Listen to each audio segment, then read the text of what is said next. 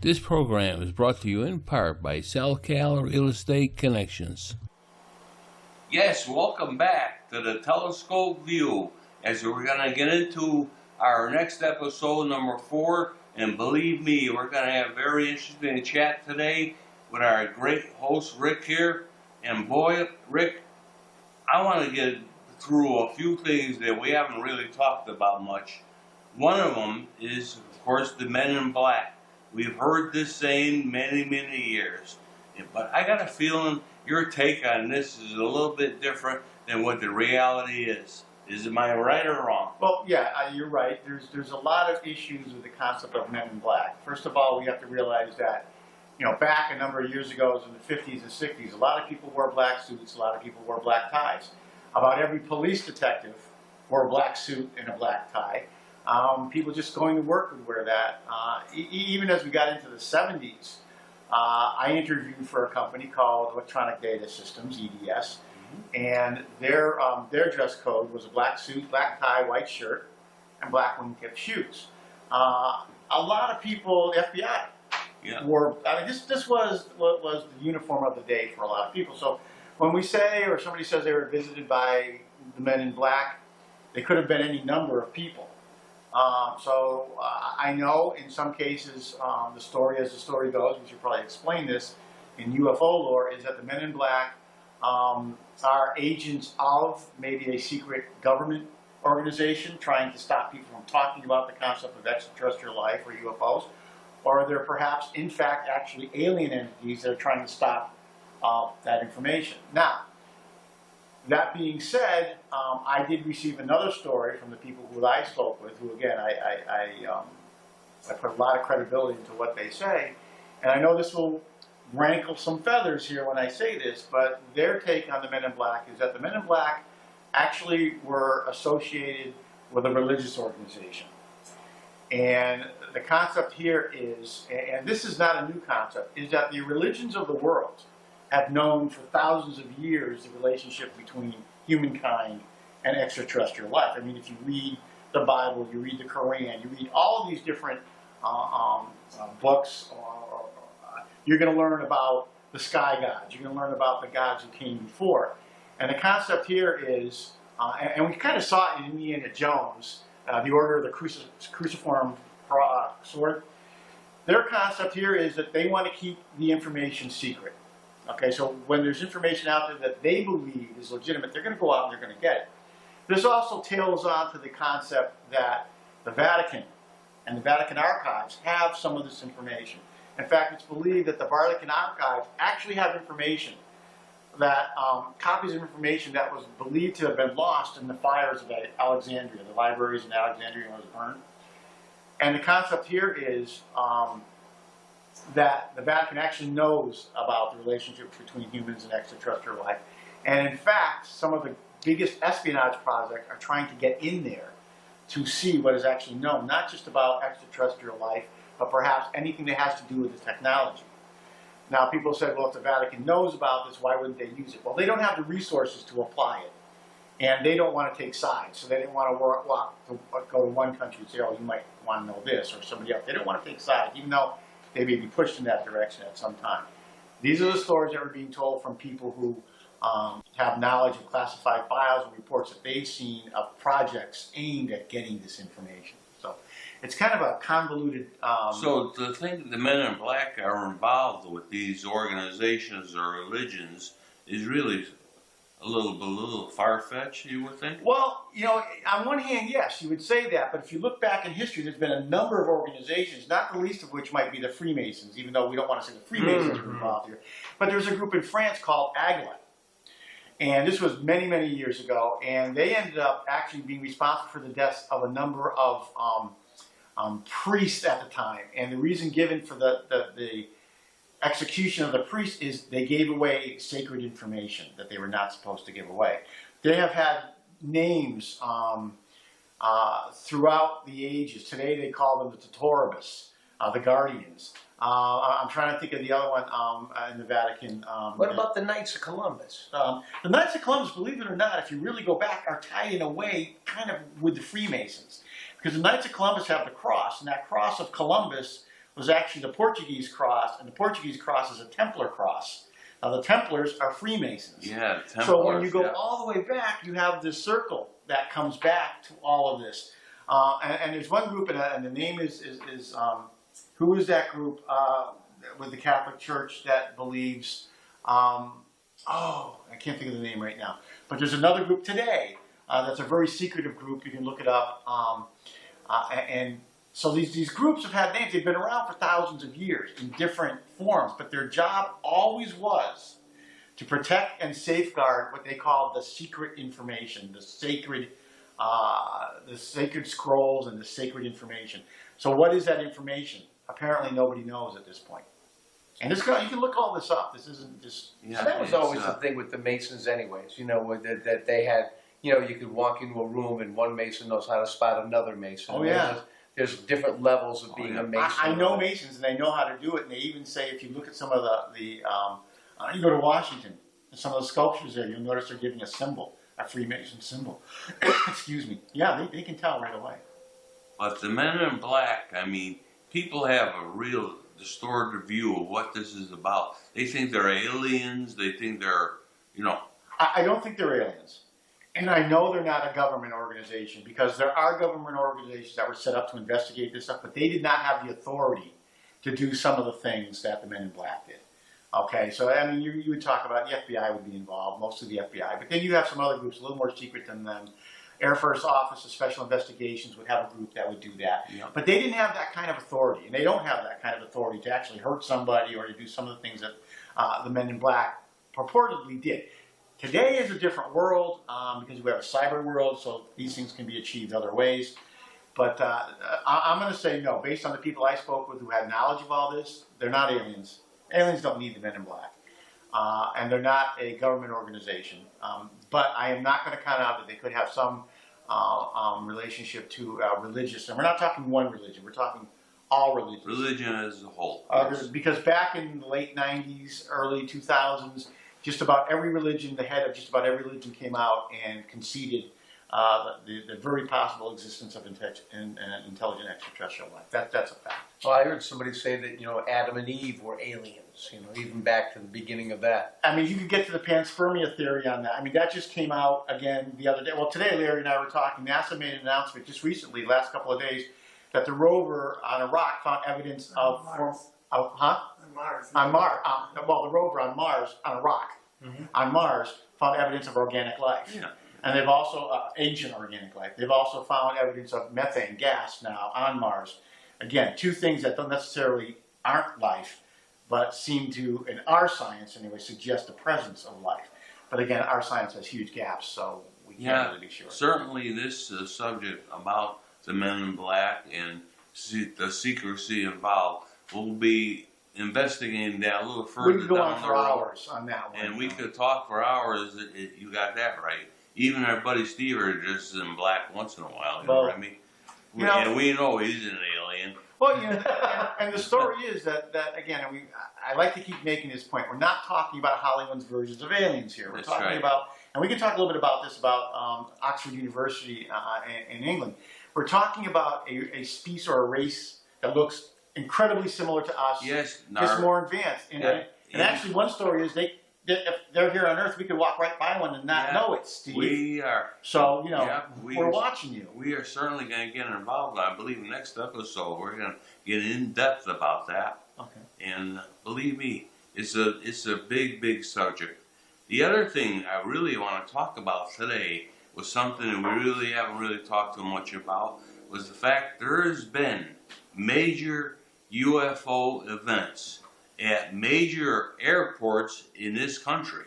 I mean, when you start talking about an airport the size of O'Hare, Chicago, you are talking a serious business. And then Rick, I got a feeling you know a little bit about this thing. I know a little bit about that one. At some point, we're also going to talk about some of the sightings at Air Force bases like Malmstrom and some of the others. But what we're going to talk about today, because you mentioned the others, we're going to talk a little bit about Chicago O'Hare, which was in November 7th, 2006. There was a sighting in O'Hare, and this was really interesting. United Airlines, gate C-17, all of a sudden, some of the ground crew noticed this silver, shiny object about 30 feet in diameter, not unlike our little sample here, hovering over the gate at C-17 at about 1,000 to 2,000 feet.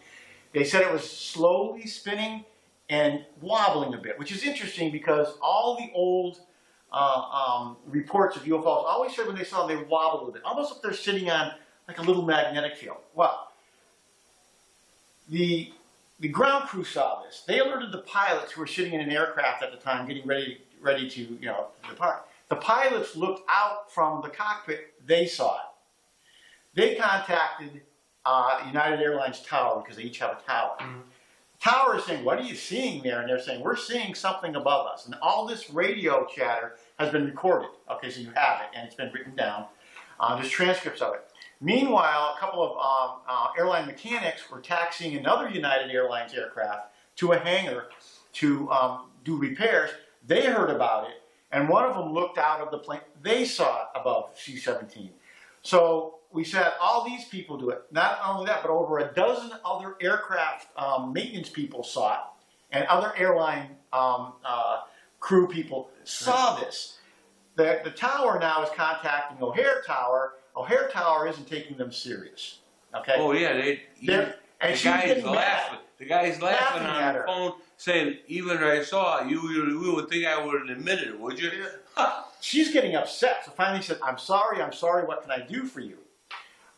There were people off the airport that saw it, and here's the interesting thing: there was an airplane coming in, and it was delayed. The landing was delayed because of this incident. Mm-hmm. Okay, so they're not going to do all this if there's nothing there. The long story short is, in the end, the FAA was called in to investigate.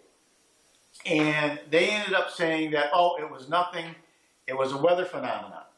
Because all the reports of everyone who saw it said that when this, whatever it was, silver thing left, when it exited, it shot straight up through the sky at an incredible speed and left a hole in the cloud bank where they could see blue sky for a number of minutes. And I'm talking, a big distance. And then it closed in again. All right, so the FAA gets involved. It was a weather phenomenon. And then they said, well, what about all the requests from United Airlines? There were none. Yeah, there were none. Wait a minute. So now that somebody filed a Freedom of Information Act request, okay, a FOIA request, the FAA had to come back out and admit that, yes, United Airlines operations had contacted them to ask them for information on this event. So, and I also have to add in that when the first report came out, a lot of United Airlines employees were upset because they were told right after the event to write down everything they saw and submit the report, which then just the reports disappeared. But they all say they did it. Both pilot and co-pilot, the first officer in this plane that was at the gate, saw it. The pilot wouldn't speak afterwards. The co-pilot did. So it was a pretty interesting event. Now, the question is, it sounds like something was there. What could blow a hole through a cloud bank? What would do that? Well, if you know how clouds are created, it's cooling air, and you get condensation, you have a cloud. So you would have to have some type of rapid heating to blow a hole. What could be rapid heating? Well, an exhaust gas could do that. It would have to be very, very hot and very, very powerful. The other thing that can do that we know from HAARP is heating the atmosphere using electromagnetic waves. That could be done. Now, the interesting part of that is that electromagnetic waves is the story that we've been told is how some of these things fly. Because actually, this little thing that's floating right there that's a is great electromagnetic. Example. That's an electromagnetic field. So what's the difference between making this thing float and a big ship float? Well, it's power, it's energy that we don't understand how to generate at this point. We know it's possible to blow holes in the atmosphere. We know that from the nuclear testing as far back as the 40s. And we know that from our space launches for the moon launches, because the Saturn V would blow holes in the atmosphere. And the reason it would do that is because its exhaust gases, I can't even say that, contained a lot of, or created a lot of chlorine, hypochloric acid, and that interacted with the ions in the oxygen, and that would create a hole. And it would last for hours. They'd blow a hole in the ozone. They then started doing experiments with shuttles over Connecticut, incidentally, in the 80s, where they would fire their orbital maneuvering systems to see what would happen. And they would blow holes in the atmosphere just to see that. They did it in 85, where apparently there's a huge glow over Connecticut, over 400,000 kilometers because of this. They're doing this over Connecticut. And they've done it earlier over Millstone. And these were tests. Sometimes they do it with barium. This is where some of the ideas of chemtrails came from. So we know from our science we can blow holes in the atmosphere by either rapid heating or using things like chlorine gas, whatever. It's unlikely that something would shoot up through there. It would be, I just don't think it would be a government experiment, because, I mean, you're going to take chances. Why would you do that Yeah, but not over. over sacred airspace? Oh, airspace is I sacred. mean sacred airspace. So what do we have here? We have what a lot of people, today is still an unknown. A lot of people saw this, many people, and even more than the dozen or so that reported it. Subsequent to that, you heard from other people. We had something hovering over gate C-17. Now, maybe it was, some extraterrestrial craft that came here. They got the wrong gate, and they said, you got to get out. You can't wait. Yeah. But whatever it was had a tremendous amount of power when it left. Moved very quickly, and had enough to affect the atmosphere, at least in that cloud bank. So how did they rapidly heat that? Exhaust gases? I don't know if you could. You'd have to have the power of a space shuttle to do that. And they didn't see any of that. They just saw something go. So I'm thinking electromagnetic heating of some type, like we would see with the HARP, which HARP has done and continues to do. So what was it? Your guess is as good as mine. Well, why don't we ever hear about anything like this, especially with that many witnesses? Why don't we ever hear about it like on traditional media? What about You do, CNN but it's kind of talked about in a different fashion. Present company accepted. The media still has this thing. It can't be, therefore it isn't. And they tend to be a bit they're derisive of anybody who would report this. They kind of make a joke out of it. I don't know if they're afraid themselves to say, gee, maybe I believe in it. Because I've talked to a lot of people in the media. When I talk to them, they say, oh no, we think that's fascinating and we believe it. But they don't want to say it publicly. Mm-hmm. Yeah. You still get that. And that's the way of, and that started in the 50s. And actually, that was the plan that was discussed at meetings. As far back as 52, when they had the Washington, D.C. sighting, they said that at their meetings, the private meetings, military says, what we're going to need to do is get help of the media to get people not to believe this, to be reticent of making these reports. And it goes on today. They just don't want to do it. Except this one was interesting because the Washington Post wrote about it. NBC News had it on. That's right. They weren't really making fun of it. They were just basically saying, we don't know. And see, the big question here is, you're saying to yourself, why didn't they investigate this? Then I come to find out this NICAP and National Investigative those organizations, unless the thing showed up on radar, they say, well, then it exists. Now you got to remember, back then, back then we still knew about stealth. So when somebody says something about radar, back as far as the 70s, I said that doesn't matter because we had stealth. But I'm going to remind you again of what I told you, I think, in one of the first shows, is when I was speaking to military people about this, I asked one of the high-ranking officers, I said, why don't we show more interest in this? And his response to me was, Rick, how much time would you spend investigating something you already know the answer to? Mm-hmm. Okay? So why? Why bother? And that's, there was, I can't remember his name, somebody from the FAA, he spoke at the Washington National Press Club, and he had reams of information when he was in the FAA of some of these sightings, especially the ones over Washington State, the Japan Airlines flight, and how they tracked that, and they tracked an object following them. He had all that information, and he was an FAA guy. He was one of the top guys. And he goes, I saw this. He goes, and how we came up with the answer we did, he goes, it's impossible. He goes, because that was my job to investigate these things. So I think it continues to be a case where I think two things. One is that the government, especially the military, believes these are national security issues, and their job is to protect us from these things. So they're not gonna share this information because it's their job to protect us from all enemies, foreign and domestic. Yes. I think it's another thing where we don't understand what we're dealing with here, so we don't want to give out all this information. We don't want to let people know what we know. The same thing is true in the cyber world today. You can look this up. The reason you don't hear much about what we do in the cyber world is because if we can do it, you can do it. And if I can do something special, I don't want you to know I can do it, so I don't talk about it. All right? I think that's part of it. I also think something that I've learned after writing the book, where when I wrote the book, and I wrote in the introduction, I'm going to have to change that introduction now, where I said, I think we were ready to hear this stuff. I have now learned, since that thing has been published, we are not ready to learn. Most people are not ready to know about this. They have a hard time understanding it or believing it. And I know we were speaking right before we started tonight. I said, when you work in this world and work with some of these people at high-level security clearances, some of this stuff comes up. It doesn't seem strange to talk about it.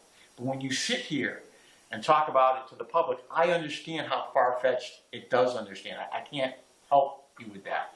But I don't think we're ready to go this route. I don't think we're ready to understand this. Most people will not be ready to accept it. Oh, they never think we will be. No, right? no. And again, Hollywood is part of that.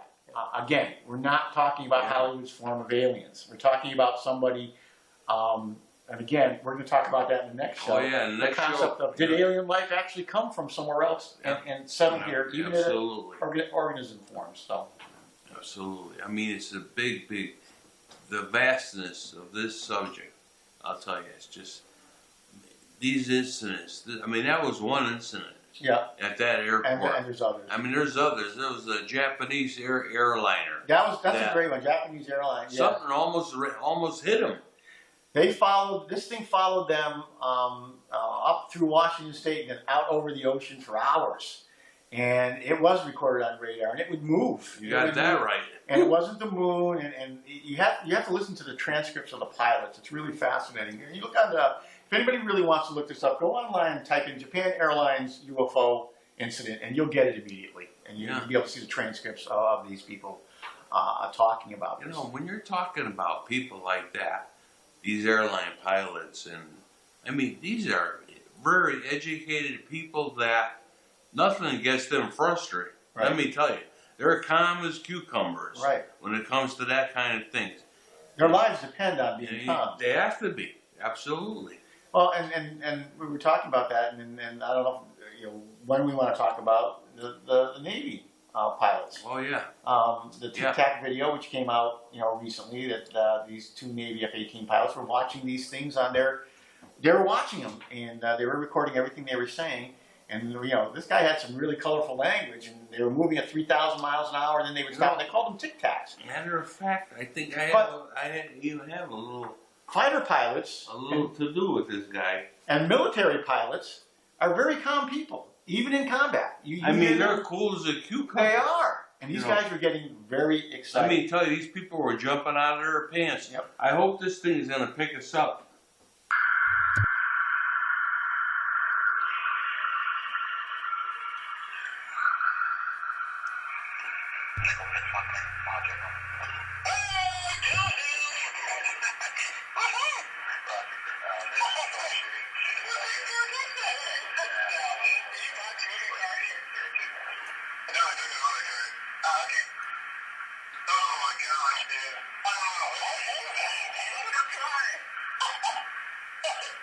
Now, here's the guy jumping out of his pants. And being flyers, they were fascinated at the maneuvers that these things were doing. And look at the speed. A fighter pilot just wants to go faster. Yeah. And these things were moving around. Now, the interesting thing about these is they call them Tic Tacs because they were shaped like a Tic Tac. And I discussed it and mentioned it in the book that according to this former Air Force officer and aeronautical engineer, that they learned supposedly from classified files that the best shape for flying through space is more of a spherical or oval shape. And why is that? And that goes with the principle of either, it's called dynamic equilibrium or hydrostatic equilibrium. And that's the reason why planets are all round. Because planets, you have the forces inside of gases and material trying to push its way out. and then you have the force of gravity pulling it back in. Yeah. And you end up with, a sphere.